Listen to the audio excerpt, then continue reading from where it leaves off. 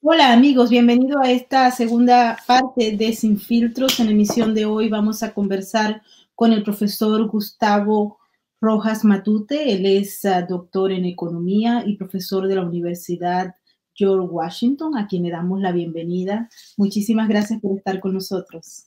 Hola, muchísimas gracias, Maybor, por la invitación. Sí, ¿cómo interpretas lo que acaba de ocurrir en los Estados Unidos? Hay una denuncia de fraude electoral y un anuncio de victoria por parte de los medios de comunicación para Joe Biden.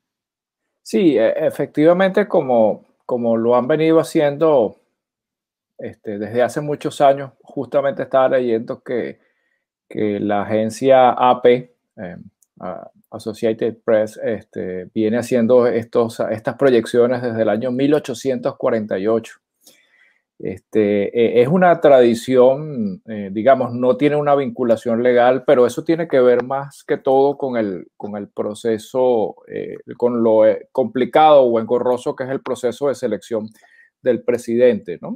Normalmente lo que ocurre es que este, se va al día de la elección, se cuentan los votos, una vez que se cuentan los votos estado por estado, es importante que la gente también sepa que no hay un organismo electoral nacional, sino que cada estado cuenta sus votos y cada estado, porque esto es un país federal, y cada estado tiene su sistema además de elección y de forma de contar los votos. Por eso vimos que algunos estados como Florida contaron muy rápidamente los votos y otros se han demorado muchísimo en terminar de contabilizar. Entonces, eso es importante porque una vez que ocurre que se cuentan los votos y se declara quién ganó en tal estado, entonces se le asignan o se le adjudican los colegios electorales. Eso significa que hay estados, la mayoría de los estados, solamente con excepción de Maine y Nebraska, la mayoría de los estados tienen un sistema que se llama el ganador se lo lleva todo, es decir, tú ganas por un voto de diferencia y ya te llevas todos los colegios electorales. Entonces, una vez que se van sumando todos esos colegios electorales, se llegan a los 270 colegios electorales, que es lo mínimo que se requiere, es la mitad de los 538 para poder llegar a ser presidente. Entonces, lo que ocurre es que los medios de comunicación van proyectando y sumando en la medida en que se van divulgando los resultados oficiales y entonces una vez que consideran que ya una elección no puede cambiar porque ya se han contado una suficiente cantidad de votos, entonces proyectan al ganador. El ganador del estado de la Florida es el presidente Donald Trump, el ganador del estado de Texas el presidente Donald Trump, el ganador del estado de California o del estado de Nueva York es el candidato Joe Biden. Entonces, una vez que se ha proyectado, pero claro, eso no tiene una vinculación legal, pero es algo que ha ocurrido tradicionalmente, ¿no? Igual que el discurso de concesión del candidato que pierde. Es algo que no está escrito, no es formal desde el punto de vista de la Constitución, pero es un país que ha respetado estas tradiciones, ¿no? Efectivamente, ahorita hay un proceso además legal, o por lo menos presumimos nosotros. La verdad es que todavía no estamos seguros si hay, digo, hay varias, han ocurrido durante toda la semana pasada, ocurrieron varias denuncias o retos legales. Algunos fueron a favor y otros en contra, por ejemplo, que detener el conteo en tal estado o permitir que participaran otros observadores adicionales en tal otro. Esas cosas ocurrieron la semana pasada, pero recordemos que por ser un país federal también eso tiene ciertas complicaciones, porque primero tienes que ir al juez local, al juez del estado, a la Corte Suprema del estado y después vas yendo hasta la Corte Suprema de Justicia, que es el máximo de los Estados Unidos, que es el máximo organismo. Ya desde la semana pasada eso ya venía ocurriendo, incluso desde la antepasada, porque se interpusieron varias digamos, recursos, por ejemplo, para evitar que se contaran los votos que llegaban por correo o para evitar que se contaran los votos que llegaran que llegaran retrasados, a pesar de que el correo, por la no estaba preparado a recibir tantos correos, tantos votos por correo, el servicio postal de los Estados Unidos. Se pidieron unos fondos adicionales, pero aparentemente no se aprobaron y entonces se retrasó en la entrega, ¿no? Entonces, sin embargo, bueno, hasta donde es mi conocimiento, pues la Corte Suprema decidió que se mantuvieran las reglas estatales. Hay muchos estados donde las reglas estatales dicen, bueno, primero que se cuenten los votos por correo después del día de la elección. O sea, ya es algo que es un proceso legal interno de cada estado. Por ejemplo, el estado de Pensilvania es uno de esos estados. Y eso también genera otras cosas adicionales. Por ejemplo, que mucha gente, sobre todo venezolanos y del público, a lo mejor no están familiarizados. Y de hecho también puede ser que haya ocurrido por primera vez en los Estados Unidos. Por ejemplo, en el estado de Pensilvania se cuentan primero los votos del día y después se cuentan los votos por correo. Entonces, los datos preliminares antes del día de la elección ya se hacían presumir que los votos por correo iban a ser, la mayoría de los demócratas estaba votando por correo, mientras que la mayoría de los republicanos o seguidores del presidente Trump iban a votar el mismo día. Entonces, iba a ocurrir que si tú cuentas los votos del día, iba a haber un gran margen y ese margen se iba a ir cerrando en la medida en que se contaran los otros votos. Eso pasó al revés en Arizona, porque en Arizona primero se cuentan los votos por correo, entonces Biden arrancó con una gran ventaja y ahora la ventaja es mucho más pequeña porque se contaron los votos, se están contando, todavía no se han terminado de contar los votos en Arizona. Entonces, bueno, estamos en un proceso en el cual lo que viene ahora es, obviamente van a venir estos retos legales, pero si nada pasa, pues en diciembre, creo que es el 14 de diciembre, se reúnen los colegios electorales y se certifica en los estados. Ese es el verdadero proceso legal.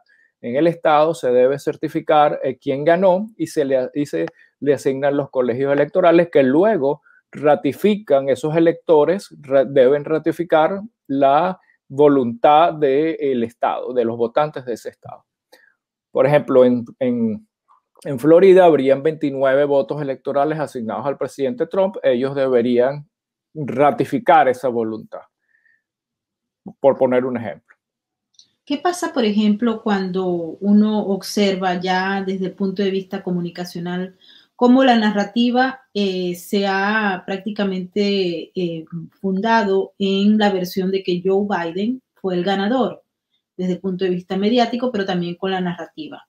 Y por otro lado, también se ha metido una concepción y la gente lo tiene presente de que hubo un fraude. Desde el punto de vista de las narrativas, esto obviamente le hace muchísimo daño a la democracia porque hay un país polarizado, dos bandos muy bien definidos y a futuro esto va a generar, no importa quién sea el que decida el poder electoral y los colegios electorales, quién es el ganador, pero va a enfrentarse a muchas dudas por parte de una mitad del país.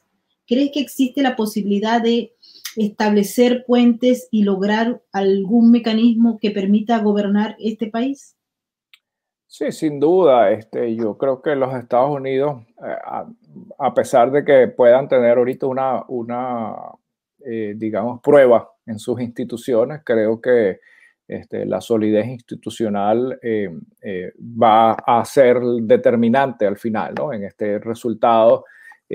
Yo sí creo que estoy de acuerdo contigo con que le hace mucho daño, por ejemplo, digamos, mina las instituciones democráticas, tratar de sembrar dudas.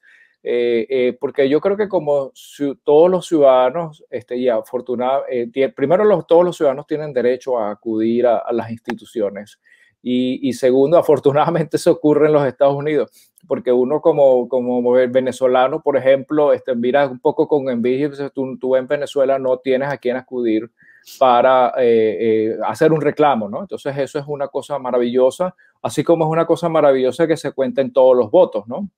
Es decir, que todavía se estén contando votos, porque incluso estados como California, donde las proyecciones dieron ganador a Joe Biden por la amplia ventaja que tenía, sin embargo, no están contabilizados todos los votos. No es que eso vaya a cambiar, no va a cambiar el resultado. Lo que quiero decir es que son tantos los votos que, a pesar de que ya se sabe quién ganó el estado, no se han terminado de contabilizar, ¿no? Entonces, eso a mí me parece una cosa que yo creo que hay que valorarla muchísimo, y creo que el pueblo norteamericano la valora y sabe lo que eso significa.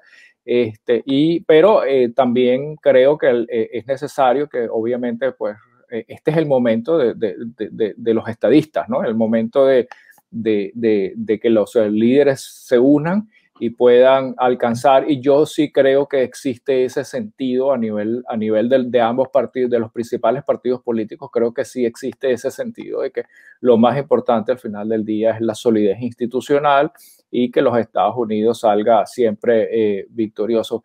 Este es un país, además, donde el presidente, a pesar de ser un país presidencialista, el presidente tiene un poder muy limitado. Incluso hasta los gobernadores de estados tienen más poder que el propio presidente en muchas cosas, porque es un país federal, porque cuando los padres fundadores pensaron al país, los pensaron a ese nivel, dos niveles, un gobierno federal y un gobierno estatal. Entonces cada estado es incluso mucho más poderoso, o cada gobernador tiene mucho más poder. Y además existen, pues, obviamente, las división de poderes a nivel del poder ejecutivo, del poder legislativo y del poder judicial, bien marcadas, ¿no? Que eso creo que le da mayor solidez. En caso de que se confirmase el resultado del del vicepresidente y candidato demócrata Joe Biden, creo que él tiene una experiencia, porque fue senador y tiene experiencia como vicepresidente. El vicepresidente es el presidente del Senado. Y él fue presidente del Senado cuando fue vicepresidente de Barack Obama. Creo que eso le da también una ventaja en el sentido y una experiencia en el sentido de que tenga la capacidad de poder reunirse con ambos partidos políticos, y creo que tiene el respeto de muchos de los líderes más importantes de ambos partidos políticos, y eso podría ayudar a aliviar las tensiones.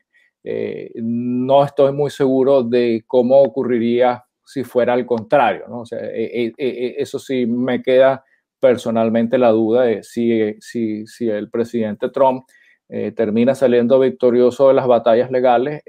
No estoy muy seguro de cómo se va a manejar esa situación, porque en cierta forma se ha profundizado la polarización en cierta forma por su estilo personal de liderazgo. Uno de los temas que mayor polémica ha generado es justamente la legitimidad en la designación. Entonces creo que de alguna manera, por el respeto y el fortalecimiento de las instituciones de los Estados Unidos, se requiere dejar muy claro quién fue el ganador de este proceso, porque si no hay una legitimidad de origen, va a haber muchos problemas. Eso es lo que dicen los expertos. Los hemos estado escuchando a lo largo de toda la semana. ¿Cómo podría garantizarse entonces esa legitimidad, tomando en cuenta, y nuevamente vuelvo a traer a colación, el rol de los medios en estas elecciones en particular? Sí, no, yo diría, con respecto a los medios, como te lo comenté al principio, no es que lo hicieron por primera vez, ¿no? No es algo nuevo, ocurre desde al menos 1848, son las No, sí, proyecciones.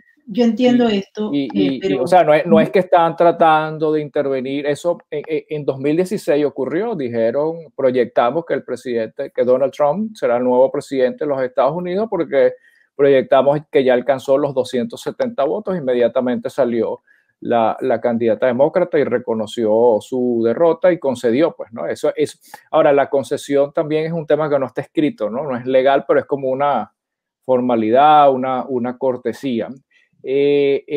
Ahora, pero el verdadero proceso, también toda la vida ha ocurrido, es así, es decir, una vez que se certifica el ganador del estado, se reúnen los colegios electorales y ratifiquen. Eso va a ocurrir en el mes de diciembre. O sea, es decir, tenemos un mes aproximadamente para seguir los sucesos, pero legalmente toda la vida, legalmente eso es lo que manda la Constitución de los Estados Unidos. Es decir, no vas a esperar a un instituto electoral ni a un poder electoral anunciando quién ganó. Es porque eso no ocurre en los Estados Unidos, el sistema no funciona así. Lo que va a ocurrir es que cada estado va a certificar. Vamos a poner los puntos neurálgicos aquí son Pensilvania, por ejemplo, es uno de los estados más importantes donde hay algunas disputas. Suponte tú, o sea, ¿qué puede ocurrir en el estado, en el caso de Pensilvania? Bueno, lo que puede ocurrir es que o bien los tribunales, las distintas cortes, consideran que hubo alguna irregularidad y que hay que repetir el proceso, o consideran que a pesar de que el proceso tuvo alguna irregularidad, el margen es tan amplio. O sea, la Corte nunca va a decidir quién ganó. Es decir, la Corte nunca va a decir, no ganó fulanito, sino ganó sutanito. Eso no va a ocurrir. Eso ocurre en Venezuela, en donde la Corte Suprema hace lo que le da la gana. Pero en los Estados Unidos eso no va a ser. Fíjate, lo que pasó la semana pasada, por ejemplo, es que la Corte Suprema ordenó que se separaran los votos que llegaron por correo después de las 8 de la noche, el día de las elecciones. Pero no está diciendo, no está interviniendo directamente. Lo que ordenó fue que se separaran como para que se revisaran otra vez a ver si el correo había sido enviado con anticipación y llegó tarde porque el servicio postal lo entregó tarde, o si es que hubo alguna irregularidad. Eso está bien, porque tú estás separando. Pero ahí, por ejemplo, allá hay 8,000 votos. La diferencia en Pensilvania actualmente es más de 30,000, 40,000 votos. Entonces, ellos podrían decir, bueno, esos 8,000, anúlenlos, porque hemos conseguido algunas irregularidades.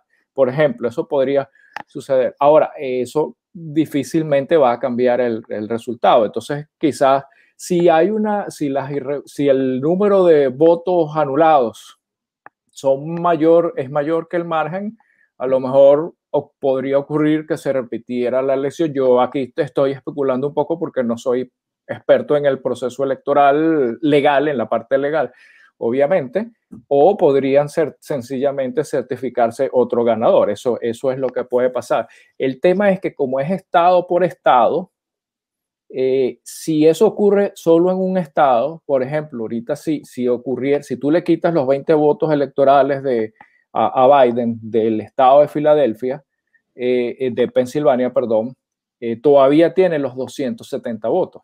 Entonces necesitarías como que ganar muchas batallas legales en varios estados para que eso se volteara, es decir, para que se volteara todos los 270 votos. Entonces, ese es un tema que obviamente yo no sé qué va a pasar, pero bueno, al final del día lo que tiene que ocurrir es que ratificado por las legislaturas locales, debe haber un ganador en cada estado, y si el ganador de varios estados, uno de los dos va a sumar más de 270 votos electorales. Y entonces ese votante ese va a ser definitivamente el que va a ser electo como presidente de los Estados Unidos. Ese es el proceso legal. Y el otro, y el derrotado va a tener que conceder o salir, digamos. Sería lamentable que no concediera después de ser derrotado, ¿no? Es decir, porque eso es algo que le ha dado fortalecimiento. Fíjate que no está escrito, pero ha fortalecido a las instituciones. Bueno, sin duda alguna entendemos que una vez que los encargados de anunciar quién es el ganador, basado en los récords ya legitimados, imaginamos que el ganador tiene que ceder y el perdedor también, ¿no? Entonces, esperamos que por el beneficio del sistema democrático eso ocurra. De acuerdo. Bueno, Gustavo, muchísimas gracias de verdad por estar con nosotros en Sin Filtro. Muchísimas gracias por la invitación también. Un gran saludo.